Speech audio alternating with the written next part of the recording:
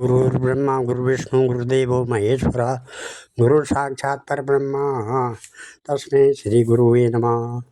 आदौ देविकी देवगर्भजननं गोपीगृहवर्धनं मायापूतन जीवतापहरणं गोवर्धनोद्धारणं कंसच्छेदन कौरवादिहननं कुन्तीसुतापालनम् एतत् श्रीमद्भागवतं पुराणकथितं श्रीकृष्णलीलामृतं निगमकल्पतरोर्गलितं फलं शुकमुखाद्रव अमृतसंयुतं पिबत भागवतं रसमालया मुहुरहो रसिका भूरि भावुका। भगवान श्री कृष्णचंद्र नारायण जी के चरण कमलों में नतमस्तक होकर के मैं ये गुरु श्री वेद व्यास जी, गुरु श्री माधवासम जी, गुरु श्री पितृदेवी देवता, गुरु श्री आदि गुरु शंकराचार्य जी, गुरु श्री नारद जी, गुरु श्री सुखदेव जी, गुरु श्री शुद्ध जी के चरण कमलों में नतमस्तक होकर के मैं ये श्रीमद् भागवत महापुराण के 12वें स्कंद का 7वां और 8वां अध्याय पढ़ने जा रहा हूँ। आज का वर्णन है अथर्ववेद की शाखाएं और पुराणों के लक्षण और मार्कंडेय जी की तपस्या और वरदान की प्राप्ति। यह है ओम नमः सुता उवाच अथर्ववित् सुमन्तौ शिष्यामद्यपयत्सुकां संहितासो विपद्याय वेददर्शाय च उक्तवान् शुक्लाय निभ्रं बलिर्मोदसा पिप्पलायानि वेददर्शस्य शिष्यास्ते पथ्यशिष्या नथो शृणु कुमुदो शुनको ब्रह्मन् जाजालीश्चाप्यार्थवीत् बभ्रो शिष्यो अथा अंगिरसा सन्ध्यावायन एव च अधीतं सहिते द्वे सावर्ण्यादासता परे नक्षत्रकल्पशान्तिश्च कश्यपा अंगिरसादया एते अथर्वणाचार्या शृणु पौराणिकान् मुने त्रयारुणी कश्यपस्य सावर्णिर्कृतव्रणः वैशम्पायन हारितो खड्गे पौराणिका इमे अधीयन्ता व्यासशिष्यात् सहितं मत् पितुर्मुखात् एकैकां हमेतेषां शिष्या सर्वा समध्यगाम् कश्यपोऽहं च सावर्णे रामशिष्यो कृतव्रणः अधीमयि व्यासशिष्या च तस्सो मूलसंहिता पुराणलक्षणं ब्रह्मन् ब्रह्मर्षि निरूपितम् शृणुश्च बुद्धिमाश्रित्य भेदशास्त्रानुसारता सर्गो शाता विसर्गश्च वृत्तिरक्षान्तराणि च वंशो वंशानुचरितं संस्था हेतुरपाश्रया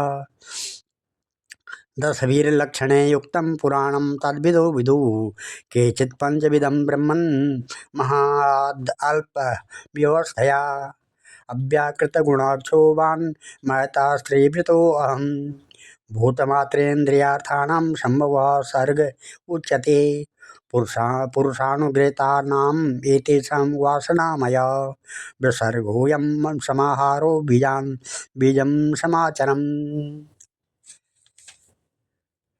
श्री सुद जी कहते हैं, शौनकादि ऋषियों मैं कह चुका हूँ कि अथर्ववेद के ज्ञाता सुमंत मुनि ने उन्होंने अपनी संहिता अपने प्रिय शिष्य कबंध को पढ़ाई। कबंध ने उस संहिता को 2 भाग करके पथ्य और वेद दर्शन को उसका अध्ययन कराया। वेद दर्शन के 4 शिष्य हुए, शौनकायनी, ब्रह्मबाली, मोदोस और पिपलायनी। अब पथ्य के शिष्यों के नाम सुनो। शौनक जी पथ्य के 3 शिष्य थे, कुमुद, शुनक और अथर्ववेता। जाजली अंगिरा गोत्रोत्पन्न शुनक के 2 शिष्य थे, बभ्रु और संधावायन। उन लोगों ने 2-2 संहिताओं का अध्ययन किया। अथर्ववेद के आचार्यों में इनके अतिरिक्त सैंदावायनादि के शिष्य सावर्ण्य आदि तथा नक्षत्रकल्प शांति कश्यप अंगिरस आदि कई विद्वान और भी हुए। अब मैं तुम्हें पौराणिकों के संबंध में सुनाता हूँ। शौनक जी, पुराणों के 6 आचार्य प्रसिद्ध हैं। त्रयारुणी, कश्यप, सावर्णी, अकृतवर्ण, वैशंपायन और हारित। इन लोगों ने मेरे पिताजी से एक एक पुराण संहिता पढ़ी थी और मेरे पिताजी ने स्वयं भगवान व्यास से उन संहिताओं का अध्ययन किया था। मैंने उन 6 आचार्यों से सभी संहिताओं का अध्ययन किया था। उन 6 संहिताओं के अतिरिक्त और भी 4 मूल संहिताएं थी। उन्हें भी कश्यप, सावर्णी, परशुराम जी के शिष्य अकृतवर्ण और उनके सबके साथ मैंने व्यास जी के शिष्य श्री रोमहर्षण जी से, जो मेरे पिता थे, अध्ययन किया था। शौनक जी, महर्षियों ने वेद और शास्त्रों के अनुसार पुराणों के लक्षण बतलाए हैं। अब तुम स्वस्थ होकर सावधानी से उनका वर्णन सुनो। शौनक जी, पुराणों के पारदर्शी विद्वान बतलाते हैं कि पुराणों के 10 लक्षण हैं: विश्व, सर्ग, विसर्ग, वृत्ति, रक्षा, मनंतर, वंश, वंशानुचरित, संस्था, प्रलय, हेतु, उति और अपाश्रय। कोई कोई आचार्य पुराणों के 5 ही लक्षण मानते हैं। दोनों ही बातें ठीक है, क्योंकि महापुराणों में 10 लक्षण होते हैं और छोटे पुराणों में 5। विस्तार करके 10 बतलाते हैं और संक्षेप करके 5। अब इनके लक्षण सुनो। जब मूल प्रकृति में लीन गुण क्षुब्ध होते हैं तब महतत्व की उत्पत्ति होती है। महतत्व से तामस, राजस और वैकारिक सात्विक 3 प्रकार के अहंकार बनते हैं। त्रिविध अहंकार से ही पंच तन्मात्रा, इंद्रिय और विषयों की उत्पत्ति होती है। इसी उत्पत्ति क्रम का नाम सर्ग है।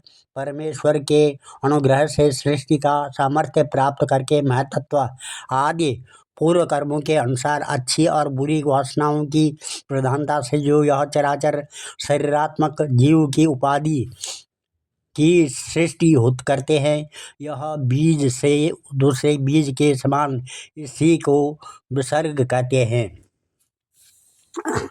वृत्तिभूतानि भूतानां चारणां चरणानि च कृता स्वेन्नृणां तत्र कामधोतनयाप्यो वा रक्षाच्युतावतारेह विश्वासानुयुगे युगे त्र्यङ्गार्थेषु देवेषु हन्यते यस्त्रैदुष अनन्तरं मनुर्देवा मनुपुत्रा सुरेश्वर ऋषयोर्दशावतारस्य हरे खड्गविदमुच्यते।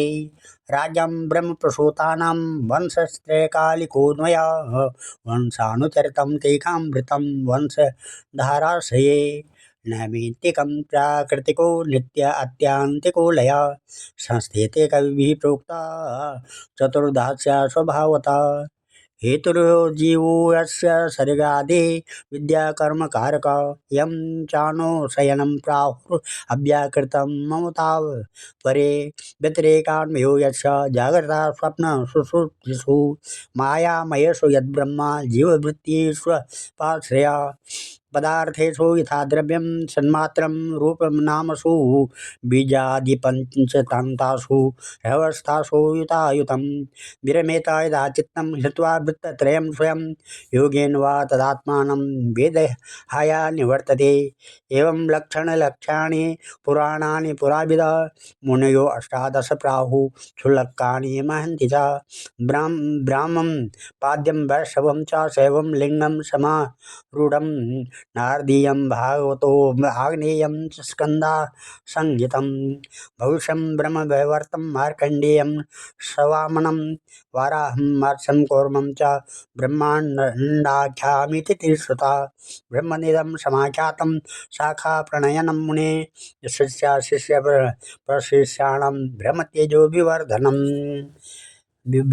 विवर्धनम। अचर प्राणियों की अचर पदार्थ वृत्ति अर्थात जीवन निर्वाह की सामग्री है। चर प्राणियों के दुग्ध आदि भी है। इनमें से मनुष्यों ने कुछ भी तो स्वभाववश कामना के अनुसार निश्चित कर ली है और पूछने के कुछ ने शास्त्र के आज्ञानुसार भगवान युग युग में पशु पक्षी मनुष्य ऋषि देवता आदि के रूप में अवतार ग्रहण करके अनेकों लीलाएं करते हैं। इन्हीं अवतारों में वे वेद धर्म के विरोधियों का संहार भी करते हैं। उनकी यह अवतार लीला विश्व की रक्षा के लिए ही होती है, इसलिए उनका नाम रक्षा है। मनु देवता, मनुपुत्र, इंद्र, सप्तर्षि और भगवान के अंश अवतार, इन्हीं 6 बातों की विशेषता से युक्त समय को मनवंतर कहते हैं।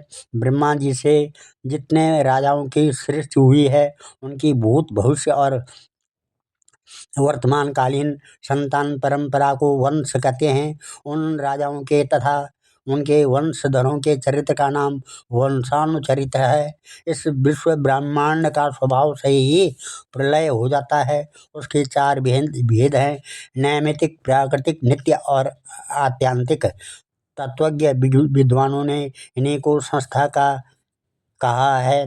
पुराणों के लक्षण में हेतु नाम से जिसका व्यवहार होता है वह जीव ही है, क्योंकि वास्तव में वही सर्ग विसर्ग आदि का हेतु है और अविद्यावश अनेकों प्रकार के कर्मकलाप में उलझ गया है। जो लोग उसे चैतन्य प्रधान की दृष्टि से देखते हैं, वे उसे अनुसयी अर्थात प्रकृति में शयन करने वाला कहते हैं, और जो उपाधि की दृष्टि कहते हैं, वे उसे अव्याकृति अर्थात प्रकृति रूप कहते हैं।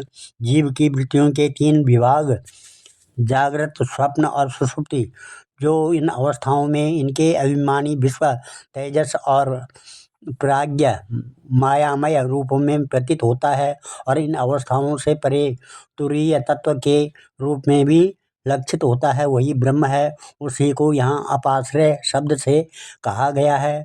नाम विशेष और रूप विशेष से युक्त पदार्थों पर विचार करें तो ये सता मात्र वस्तु के रूप में सिद्ध होते हैं। उनकी विशेषताएं लुप्त हो जाती है। अलग में वह सत्ता ही उन विशेषताओं के रूप में प्रतीत भी हो रही है और उनमें अलग अलग है भी है। ठीक इसी न्याय से शरीर और विश्व ब्रह्मांड की उत्पत्ति लेकर मृत्यु और महाप्रलय पर्यंत जितनी भी विशेष अवस्थाएं हैं, उनके रूप में परम सत्स्वरूप ब्रह्मा ये प्रतीत हो रहा है, और वह उनसे सर्वथा अलग अलग भी है। यही वाक्य भेद से अधिष्ठान और साक्षी के रूप में ब्रह्म ही पुराणोक्त आश्रय तत्व है। जब चित्त स्वयं आत्मविचार अथवा योगाभ्यास के द्वारा सत्वगुण, रजोगुण, तमोगुण संबंधी व्यवहारिक वृत्तियों और जागृत, स्वप्न आदि स्वाभाविक वृत्तियों का त्याग करके उपराम हो जाता है, तब शांत वृत्ति में तत्वमसि आदि महावाक्यों के द्वारा आत्मज्ञान का उदय होता है। उस समय आत्मवेता पुरुष अविद्याजनित कर्म वासना कर्म प्रवृत्ति से निवृत्त हो जाता है। शौनकादि ऋषियों, पुराण वेता, ऐतिहासिक विद्वानों ने इन्हीं लक्षणों के द्वारा पुराणों की यह पहचान बतलाई है। ऐसे लक्षणों से युक्त छोटे बड़े 18 पुराण हैं। उनके नाम ये हैं: ब्रह्म पुराण, पद्म पुराण, विष्णु पुराण, शिव पुराण, लिंग पुराण, गरुड़ पुराण, नारद पुराण, भागवत पुराण, अग्नि पुराण, स्कंद पुराण, भविष्य पुराण, ब्रह्म वैवर्त पुराण, मार्कंडेय पुराण, वामन पुराण, वाराह पुराण, मत्स्य पुराण, कुर्म पुराण और ब्रह्मांड पुराण, ये 18 हैं। शौनक जी, व्यास जी के शिष्य परंपरा ने जिस प्रकार वेद संहिता और पुराण संहिताओं का अध्यापन, विभाजन आदि किया, वह मैंने तुम्हें सुना लिया। यह प्रसंग सुनने और पढ़ने वालों के ब्रह्म तेज की अभिवृद्धि करता है। अब 8वां अध्याय है। अष्टमाध्याय। सूत जीवम चिरा साधो वदनो वदतांबर तमस्या पारिभ्रमणम नृणाम तत्वं पारदर्शनः। यह कल्पान्ते उर्वरितो येन ग्रस्त इदम् उगात् स वा अस्मात् कुलोत्पन्ना कल्पे अस्मिन् भार्गवर्षभः। नैवाधुना विभूतानां सम्प्लवा कोऽपि जायते एक एकान्वये ब्राह्मण ददर्श पुरुषं किल वटपत्र पुटेतोकं शयानं त्वेकाद्भुतम् एष न संशयो भूयात् सूत कौतूहलं यथा तम न छिन्ने महायोगिन पुराणे स्वपेशां मतः। अब 8वें अध्याय में मार्कंडेय जी की तपस्या और वर की प्राप्ति। शौनक जी ने कहा, साधु शिरोमणि सूत जी, आप आयुष्मान हो, सचमुच आप वक्ताओं के सिरमौर हो। जो लोग संसार के अपार अंधकार में भूल भटक रहे हैं, उन्हें आप वहां से निकाल कर प्रकाश रूप परमात्मा का साक्षात्कार करा देते हैं। आप कृपा करके हमारे एक प्रश्न का उत्तर दीजिए। लोग कहते हैं कि मृकंड ऋषि के पुत्र मार्कंडेय ऋषि चिरायु हैं, और जिस समय प्रलय ने सारे जगत को निगल लिया था, उस समय भी वही बचे रहे।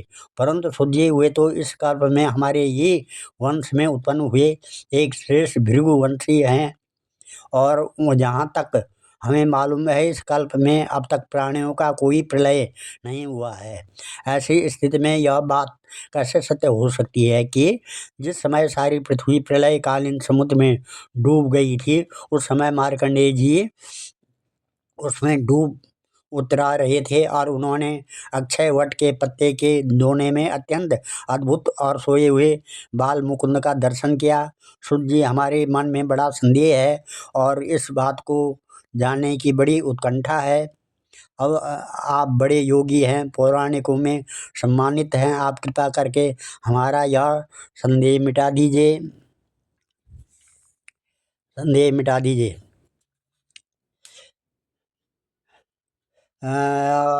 सुता वाचा, सूत जी कहते हैं, प्रसात्वया महर्षि कृतो लोक भ्रमापः नारायण कथा यत्र गीता कलिमलापः प्राप्त द्विजाति संस्कारो मार्कंडेय पितु क्रमात् छंदास्याधीत धर्मेण तपस्वाधाय संयुत बृहत वृत्तधरा शांतो जटिलो बलकलांबर बिभ्रत कमंडलुम दंडात उपवितं समेखलम कृष्णाजनम साक्ष्यश्रोत्रम कुशास्वं नेयमर्धये अग्न्यार्क गुरु विप्रान् मस्व आर्चयन् संध्यो एर्हरिं सायं प्रातः स गुरुवे भोक्ष्यमाहृत्य वाग्यता भोजे गुरुव नो ज्ञाता सकृन्नो चेद उपोषिता एवं तपा सुधायायो परो वर्षाणम् अयुतायुतम् आराधयन् ऋषिकेशं जिज्ञे मृत्युं सुदुर्जयं ब्रह्मा भृगु बहो दक्षो ब्रह्मपुत्रास ये परे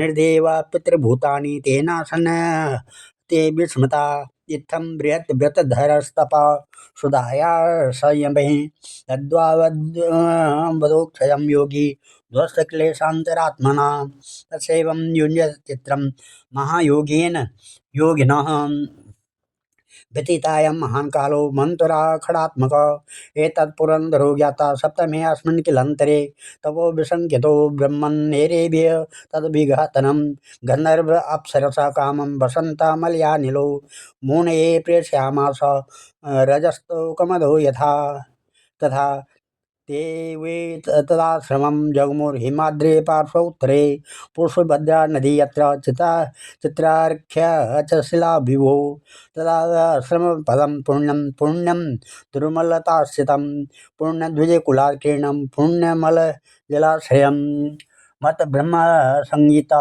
मत कोकिलकूजिता मत बर्हिनटाटोपं मत द्विजकुलाकुलं वायु प्रविश्य आदाय हिमनिर्झर शेखरान् सुमनोभिः परिष्वक्तो वा उत भयं स्मरन् स्मरन्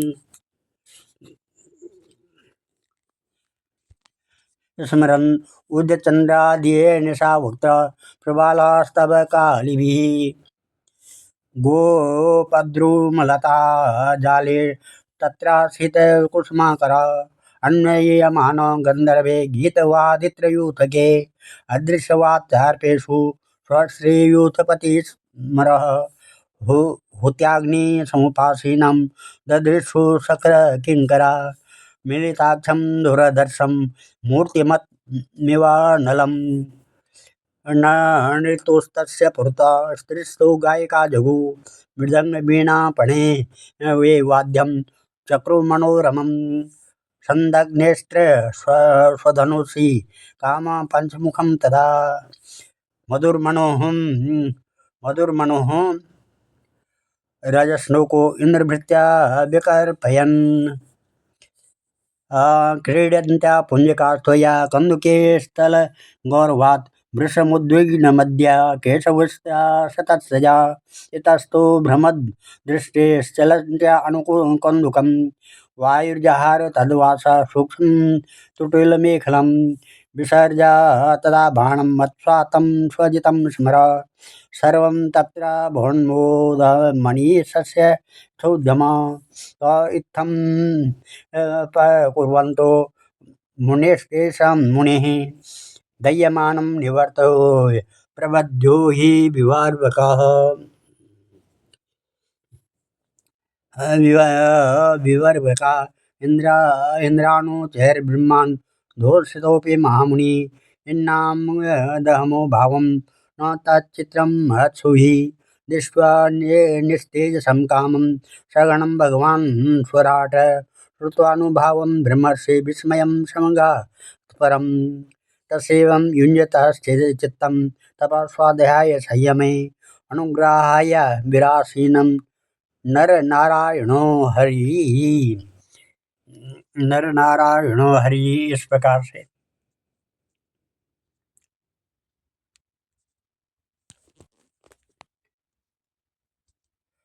नरनारायणो हरि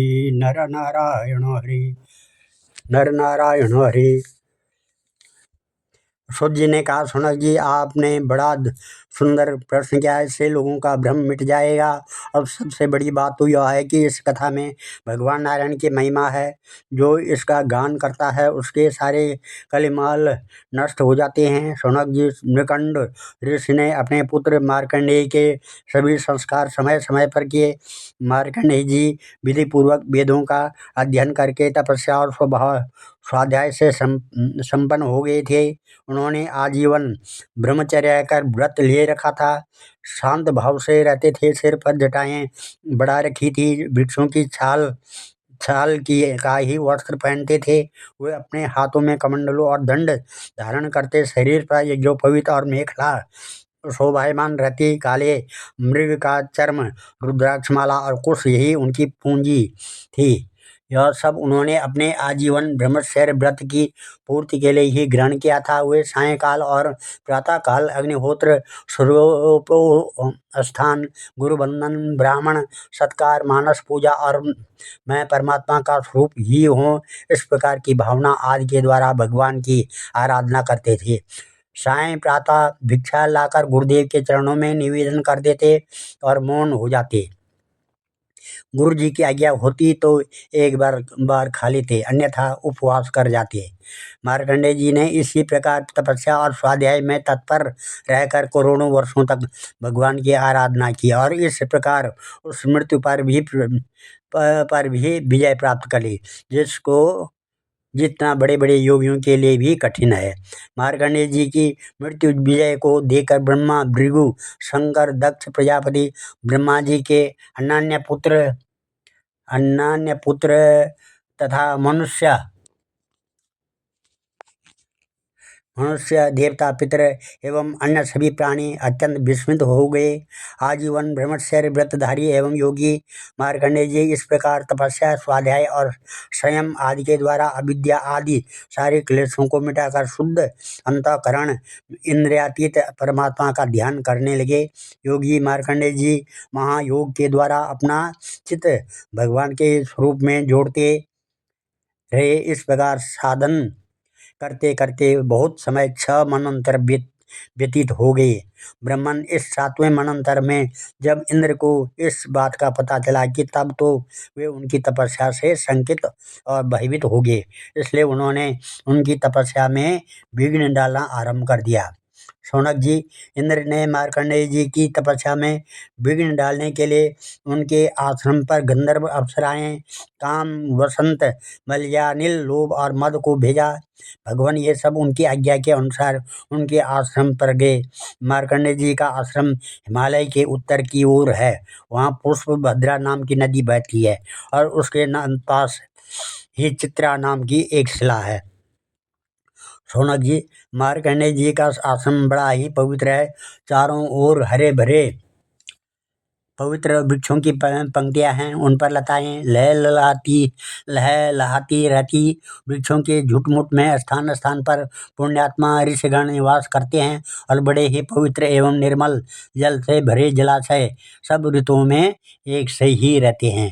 कहीं मतवाले अपनी संगीतमयी गुंजार से लोगों का मन आकर्षित करते रहते हैं, तो कहीं मतवाले कोकिल पंचम स्वर में कुहू कुहू कूकते रहते हैं। कहीं मतवाले मोर अपने पंख फैलाकर कलापूर्ण नृत्य करते रहते हैं, तो कहीं अन्य मतवाले पक्षियों का झुंड खेलता रहता है। मार्कंडेय मुनि के ऐसे पवित्र आश्रम में इंद्र के भेजे हुए वायु ने प्रवेश किया।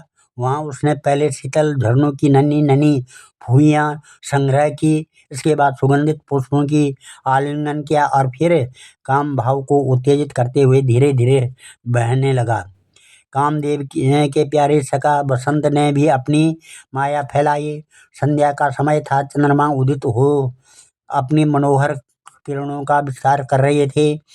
हजारों सहस्त्र डालियों वाले वृक्ष लताओं का आलिंगन पाकर धरती तक झुके हुए थे। नदी नए नए कोपलों, फलों और फूलों के गुच्छे अलग ही शोभायमान हो रहे थे। बसंत का साम्राज्य देखकर कामदेव ने भी वहाँ प्रवेश किया। उसके साथ गाने बजाने वाले गंधर्व झुंड के झुंड चल रहे थे। उसके चारों ओर बहुत सी स्वर्गीय अप्सराएं चल रही थी और अकेला काम ही सबका नाम नायक था। उसके हाथ में पुष्पों का धनुष और उस पर सम्मोहन आदि बाण चढ़े हुए थे।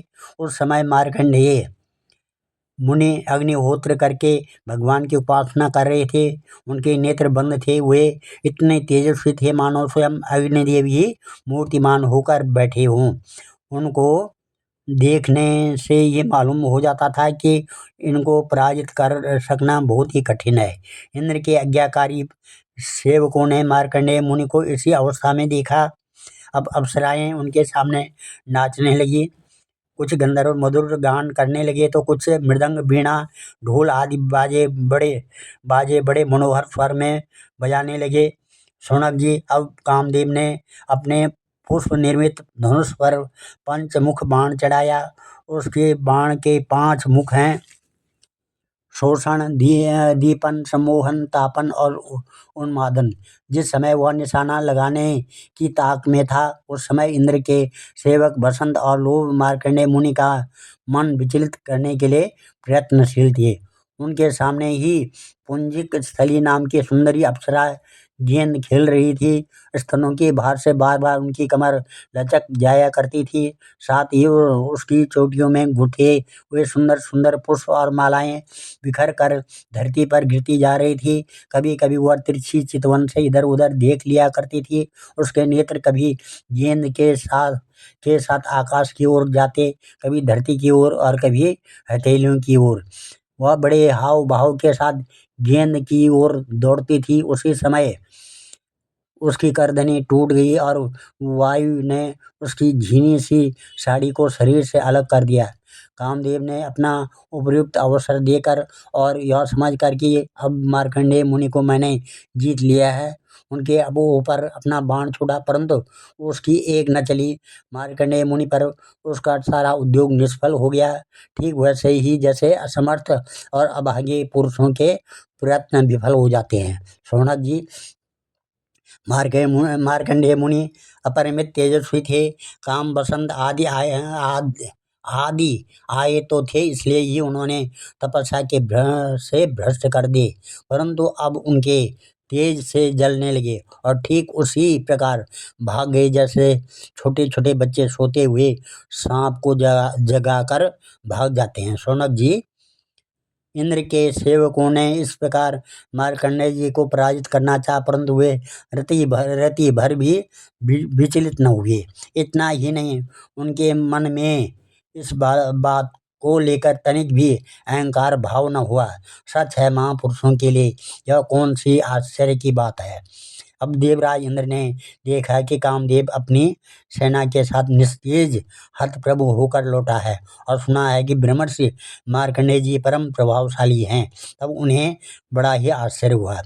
शौनक जी, मार्कंडेय मुनि तपस्या, स्वाध्याय, धारणा, ध्यान और समाधि के द्वारा भगवान में चित्त लगाने का प्रयत्न करते रहते थे।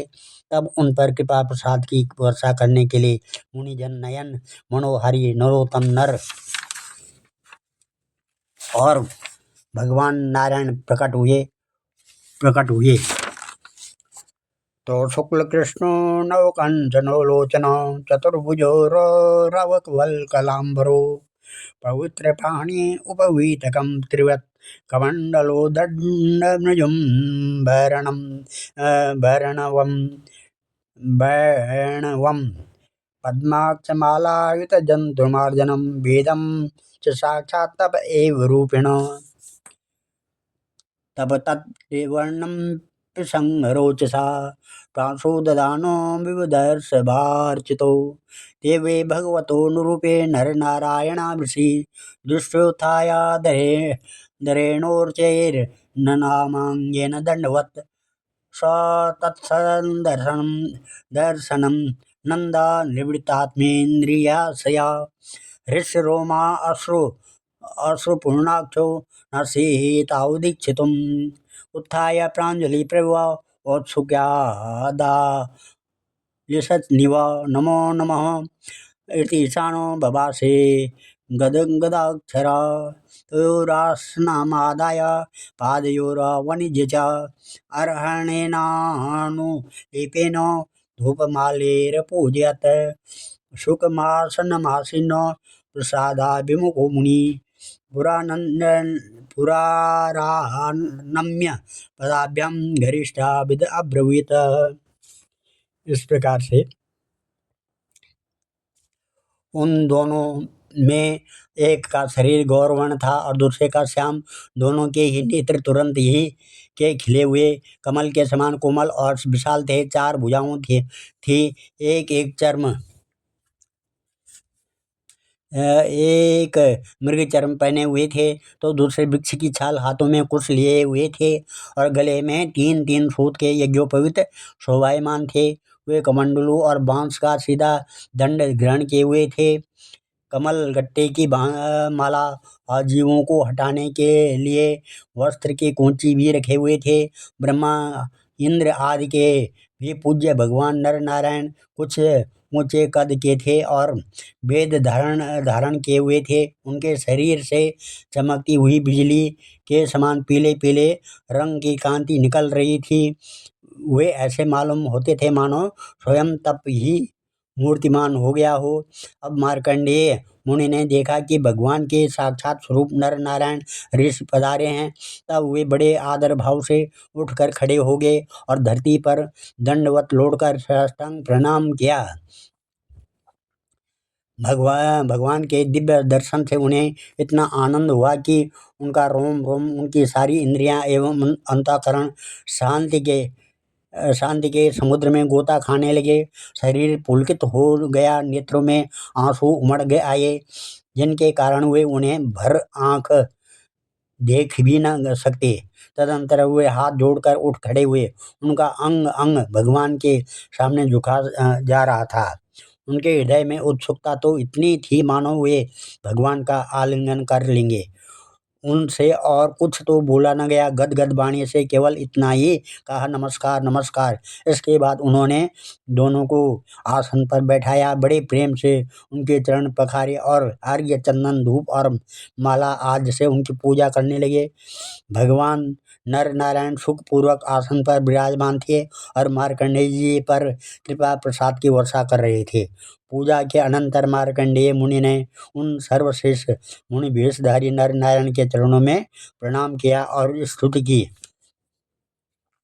मार्कंडेय उवाच किं वर्णये तव विभो यदीरितोषु सस्पन्दते तमनुवाङ्मन इन्द्रियाणि स्पन्दन्ति वै तनुभृता मज सर्वयोषः श्वासाप्यथापि भजतामसि भावबन्धो मूर्ति इमे भगवतो भगवन् त्रिलोक्याः क्षेमाय तापविरमाय च मृत्युजिते नानाविभर्ज्य वितुमन्यतनोर्यथि इदं सृष्ट्वा पुनग्रससि सर्वमिवोन्ननाभिः तस्यावितो स्थिरचरेषितु रङ्गधीमूलं यस्तं न कर्मगुणकालरुजस्पृशन्ति यद्वे स्तुवन्ति निनमन्ति यजन्ति वीक्षणं ध्यायन्ति वेदहृदया मुनयस्तदापि नान्यं तवान्द्रोयुपनयादपवर्गमूर्तिः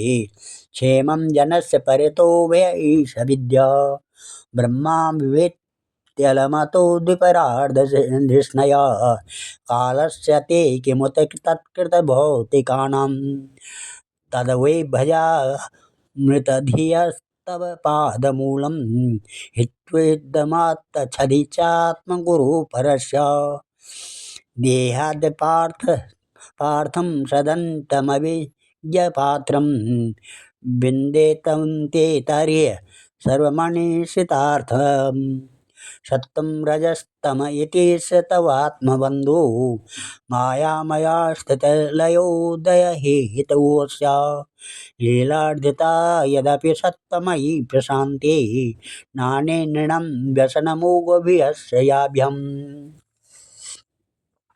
मार्कंडेय मुनि ने कहा, भगवान, मैं अल्पाज्ञ जीव भला आपकी अनंत महिमा का कैसे वर्णन करूं। आपकी प्रेरणा से ही संपूर्ण प्राणियों, ब्रह्मा, शंकर तथा मेरे शरीर में भी प्राण शक्ति का संचार होता है और फिर उसी के कारण वाणी, मन तथा इंद्रियों में भी बोलने, सोचने, विचारने और करने जानने की शक्ति आती है। इस प्रकार सबके प्रेरक और परम स्वतंत्र होने पर भी आप अपना भजन करने वाले भक्तों के प्रेम बंधन में बंधे हुए हैं। प्रभु, आपने केवल विश्व की रचना के लिए ही जैसे मत्स्य, कूर्म और अनेकों अवतार ग्रहण किए हैं, वैसे ही अपने ये दोनों रूप भी त्रिलोकी के का कल्याण और उसकी दुख निवृत्ति और विश्व के प्राणियों को मृत्यु पर विजय प्राप्त कराने के लिए ग्रहण किया है। आप रक्षा तो करते ही हैं, मकड़ी के समान अपने से ही इस विश्व को प्रकट करते हैं और फिर स्वयं अपने में ही लीन भी कर देते हैं। आप चराचर पालन और नियमन कराने वाले हैं। मैं आपके चरण कमलों में प्रणाम करता हूँ। जो आपके चरण कमलों की शरण ग्रहण कर लेते हैं, उन्हें कर्म, गुण और काल जनित क्लेश स्पर्श भी नहीं कर सकते हैं। वेद के मर्मज्ञ ऋषि मुनि आपकी प्राप्ति के लिए निरंतर आपका स्तवन, वंदन, पूजन और ध्यान किया करते हैं। प्रभु, जीव के चारों ओर भय ही भय का बोलबाला है, औरों की तो बात ही क्या। आपके काल रूप से स्वयं ब्रह्मा भी अत्यंत भयभीत रहते हैं, क्योंकि उनकी आयु भी सीमित केवल 2 परार्ध की है। फिर उनके बनाए हुए भौतिक शरीर वाले प्राणियों के संबंध में तो कहना ही क्या है। ऐसी अवस्था में आपके चरण कमलों की शरण ग्रहण करने के अतिरिक्त और कोई भी परम कल्याण तथा सुख शांति का उपाय हमारी समझ में नहीं आता, क्योंकि आप स्वयं ही मोक्ष स्वरूप हैं। भगवान, आप समस्त जीवों के परम गुरु, सबसे श्रेष्ठ और सत्य ज्ञान स्वरूप हैं। इसलिए आत्मस्वरूप को ढक देने वाले देह, ज्ञेय आदि निष्फल, असत्य, नाशवान और प्रतीत मात्र पदार्थों को त्याग कर मैं आपके चरण कमलों की ही शरण ग्रहण करता हूँ। कोई भी प्राणी यदि आपकी शरण ग्रहण कर लेता है, वह उससे अपने सारे अविश्य पदार्थ प्राप्त कर लेता है। जीवों के परम सुहृद प्रभु, यद्यपि सत्व, रज और तम ये तीनों गुण आपकी ही मूर्ति हैं, इन्हीं के द्वारा आप जगत की उत्पत्ति, स्थिति, लय आदि अनेकों मायामयी लीलाएं करते हैं। फिर भी आपकी सत्व गुणमयी मूर्ति ही जीवों को शांति प्रदान करती है। रजोगुणी और तमोगुणी मूर्तियों से जीवों को शांति नहीं मिल सकती है, उनसे तो दुख, मोह और भय की वृद्धि होती है। तस्मात् तवेव भगवन्नथ तावकानां शुक्लां तनुं स्वदयितां कुशला भजन्ति। यतः सात्वतां पुरुषरूपमसन्ति सत्त्वं लोको यतो भयमुतात्मसुखं न चान्यत्। तस्मै नमः भगवते पुरुषाय भूम्ने विश्वाय विश्वगुरुवे परदेवताये नारायणाय ऋषये च नरोत्तमाय हंसाय संयतगिरे निगमेश्वराय यं वेन वेद वितथा क्षपथैर्भ्रमद्भिः सन्तं स्वखेषु सुषुह्यद्यपि दृक्पथेषु तन्मायया वृतमते स उ एव साक्षात् दाध्यस्तवाखिलगुरुरूपसाध्यभेदं यद्दर्शनं निगम आत्मरः प्रकाशं मुह्यन्ति यत्र कवयो जपरयतन्तं तं सर्वबाधविषयप्रतिरूपशीलं वन्दे महापुरुष आत्मनिगूढ़बोधम्। भगवान इसलिए बुद्धिमान पुरुष आपकी और आपके भक्तों की परम प्रिय एवं शुद्ध मूर्ति नर नारायण की ही उपासना करते हैं। पांचरात्र सिद्धांत के अनुयायी विशुद्ध सत्व को ही आपका श्री विग्रह मानते हैं। उसी की उपासना से आपके नित्य धाम वैकुंठ की प्राप्ति होती है। उस धाम की यह विलक्षणता है कि वह लोक होने पर भी सर्वथा भय रहित और भोग युक्त होने पर भी आत्मानंद से परिपूर्ण है। वे रजोगुण और तमोगुणों को आपकी मूर्ति स्वीकार नहीं करते। भगवान आप अंतर्यामी, सर्वव्यापक, सर्वस्वरूप, जगत गुरु, परम आराध्य और शुद्ध स्वरूप हैं। समस्त लौकिक और वैदिक वाणी आपके अधीन है। आप ही भेद मार्ग के प्रवर्तक हैं। मैं आपके इस युगल स्वरूप नरोत्तम नर और ऋषिवर नारायण को नमस्कार करता हूँ। आप यद्यपि प्रत्येक जीव की इंद्रियों तथा उनके विषयों में, प्राणों में तथा हृदय में विद्यमान है, तो भी आपकी माया से जीव की बुद्धि इतने मोहित हो जाती है, ढक जाती है कि वह निष्फल और झूठी इंद्रियों के जल में फंसकर आपकी झांकी से वंचित हो जाता है। किंतु सारे जगत के गुरु तो आप ही हैं, इसलिए पहले अज्ञानी होने पर भी जब आपकी कृपा से उसे आपके ज्ञान भंडार वेदों की प्राप्त होती है, तब वह आपके साक्षात दर्शन लेता है। यद्दर्शनं निगम आत्मरः प्रकाशं मुह्यन्ति यत्र कवयो जपरयतन्तं तं सर्वबाधविषयप्रतिरूपशीलं वन्दे महापुरुष आत्मनिगूढ़बोधम्। प्रभु, वेद में आपका साक्षात्कार करने वाला वह ज्ञान पूर्ण रूप से विद्यमान है, जो आपके स्वस्वरूप रहस्य प्रकट करता है। ब्रह्मा आदि बड़े बड़े प्रतिभाशाली मनीषी उसे प्राप्त करने का यत्न करते रहने पर भी मोह में पड़ जाते हैं। आप भी ऐसे लीला बिहारी हैं कि विभिन्न मत वाले आपके संबंध में मैं जैसा सोचते विचारते हैं, वैसा ही शील, स्वभाव और रूप ग्रहण करके आप उनके सामने प्रकट हो जाते हैं। वास्तव में आप देह आदि समस्त उपाधियों में छिपे हुए विशुद्ध विज्ञान घन ही हैं। है पुरुषोत्तम, मैं आपकी वंदना करता हूँ। आज इस अध्याय को यहीं पर समाप्त करते हैं। सप्तम अष्टम और कथा को यहाँ पर विराम देते हैं। कल 9वां अध्याय में 9वां और 10वां अध्याय में मार्कंडेय जी का माया दर्शन, इसका अर्थ है, इसकी कथा चलेगी। ओम नमाम ध्येयं सदा परिभवं नमः विष्णुदोहं तीर्थात्पदं शिवभिरञ्जनुतं शरण्यं भृत्यातिहं प्रणतपालभवाब्धिपूतं वन्दे महापुरुष ते चरणारविन्दं। सर्वे भवन्तु सुखिनः, सर्वे सन्तु निरामया, सर्वे भद्राणि पश्यन्तु, मां कश्चित् दुःखभाग् भवेत्। धन्यवाद।